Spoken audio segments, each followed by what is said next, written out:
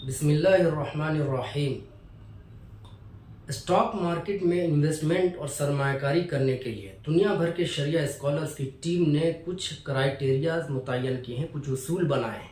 उन उसूल को शरिया स्टॉक स्क्रीनिंग कहा जाता है।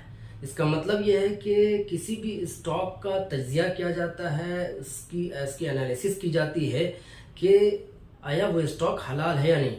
अगर वो स्टॉक शरिया स्क्रीनिंग क्राइटेरिया को मीट करती है, फॉलो करती है, उस कंडीशंस के ऊपर उतरती है, तो उस कंपनी के बारे में ये फैसला लिया जाता है कि कंपनी हलाल है, इसमें हम अपने पैसे लगा सकते हैं।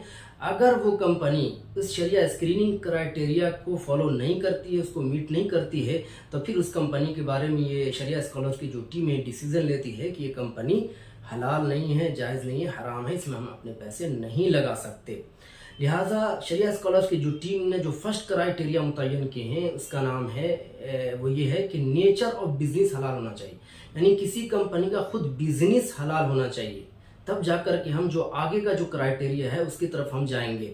लिहाजा सबसे पहले हम ये देखेंगे उस कंपनी का बिजनेस क्या है। इसीलिए हम सूद और इंश्योरेंस वाली कंपनियों में इन्वेस्ट नहीं कर सकते, जुआ, सट्टा और कीमार वाली कंपनियों में हम इन्वेस्ट नहीं कर सकते, शराब बनाने और बेचने वाली कंपनियों में भी हम इन्वेस्टमेंट नहीं कर सकते। इसी तरीके से हराम अशिया की तिजारती तमाम कंपनियों में हम इन्वेस्टमेंट नहीं कर सकते। टीवी चैनल्स और इसी तरह फहाशी वाले जो इदारे हैं, चैनल्स हैं, उस कंपनियों में हम इन्वेस्ट नहीं कर सकते। इसी तरह सिनेमा में हम इन्वेस्टमेंट नहीं कर सकते। होटल और कहबा जैसे इदारों में हम इन्वेस्टमेंट नहीं कर सकते।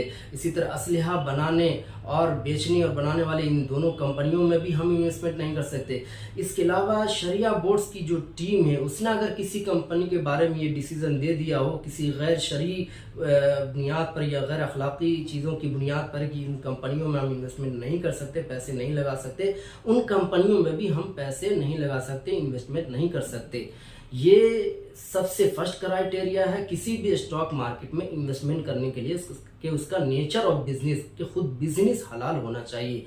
इसी सेम क्राइटेरिया को टाटा एथिकल फंड्स, यानी इससे पहले हमने बताया था कि इंडिया में इस वक्त दो म्यूचुअल फंड्स हैं जो हलाल हैं, एक टाटा एथिकल फंड, एक तौरस एथिकल फंड। इन दोनों फंडों का भी जो फंड मैनेजर है वो भी हमारे पैसे को गैर शरई कंपनी में नहीं लगा सकते।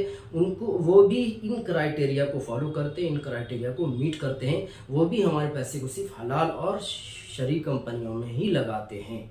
अगर उसने गलती से भी किसी गैर शरई कंपनी में हमारे पैसे को लगा दिया तो इसका जो एडवाइज़र है, यानी तासीस शरिया एडवाइजरी बोर्ड, उनकी तरफ से फ़ौरन उनको नोटिफिकेशन जाती है और विद इन 1 मंथ इसके फंड्स मैनेजर को विड्रॉ करना ज़रूरी होता है, यानी उस स्टॉक मार्केट से एग्जिट लेना ज़रूरी होता है।